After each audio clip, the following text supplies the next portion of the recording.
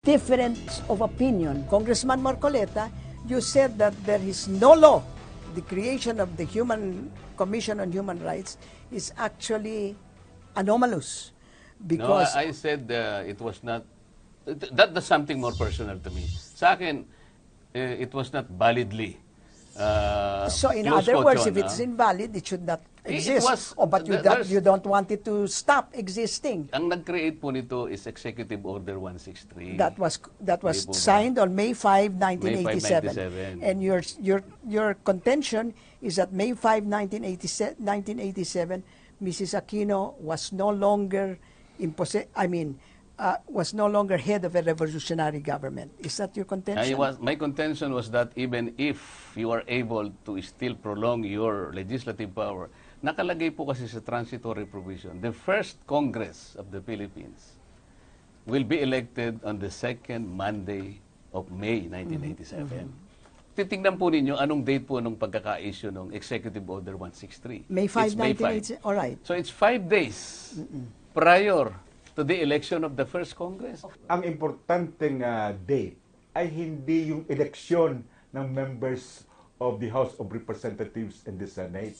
Bakit hindi importante yun? Ang importanteng date, pag-determine kung legal ba ang ginawa ni dating Pangulong Cory Aquino on issue. Accepted niya na legal.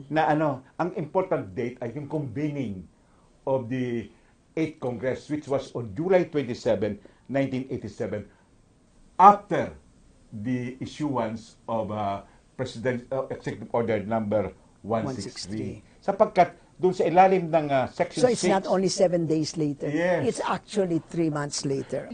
Kung binasa mo, kaibigan Dante, yung transitory provision, bago ka tumayo doon sa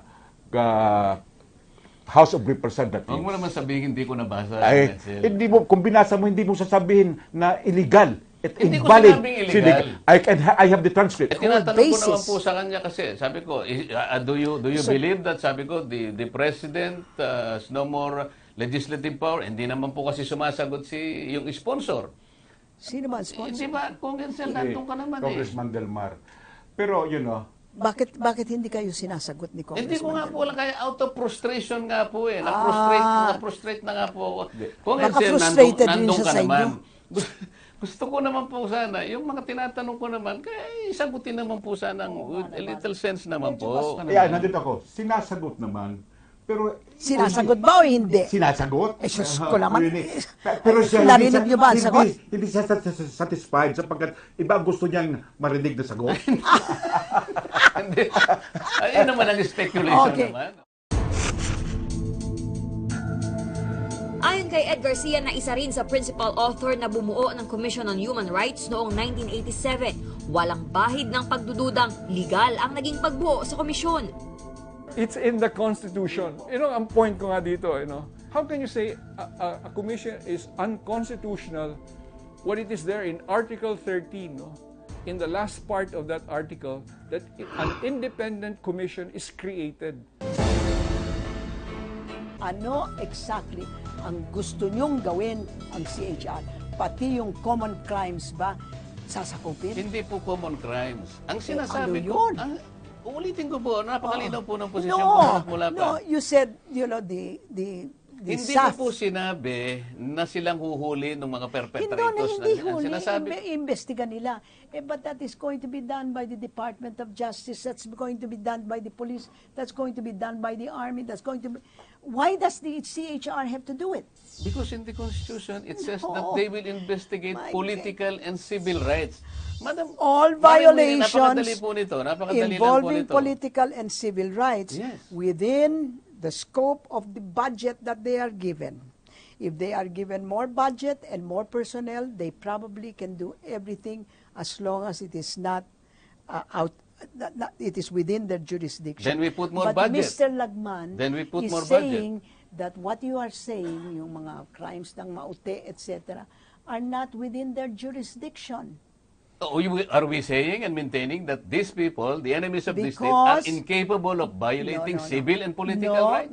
Are they incapable? Because the reason, everybody is capable yun of po. violating everybody's civil Yes, rights, ma'am. Yun which po. means that if you give the Commission on Human Rights the authority Yes. to investigate all, there will be nothing done because there's just too much, because everything is a violation of a person's human rights. Hindi ko maintindihan kung saan ang diretso ng yung panukala. Napakadali. Political and civil rights yung pinag-uusapan natin. Ang gusto po ng Human Rights Commission lang, yung government agents Okay, lang. Ang well, sabi ko naman, isama mo na ako, even the enemies of the state, Okay. in I so think far as they are only violating the Supreme human Court rights, the political can and finally civil make a rights. decision, because you are interpreting the Constitution in one way, and Congressman Lagman is interpreting it in another way, and truly, Siguro Congressman Marcoleta, the international standards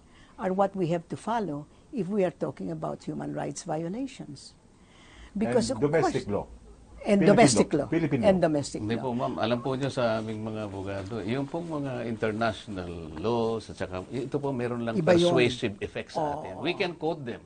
We can make reference of them. There is a But Universal ang saligan Declaration po, on Human opo, Rights. Tama yun. There Pero is right. ang ating pong susundin talaga, at the end of the day, Is the Constitution. Do you think that the Commission on Human Rights should be revitalized, and in what way?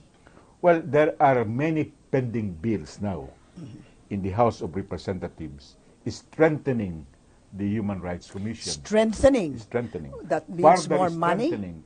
Well, these measures most probably will have to be kailangan may kasama yan na appropriate funding.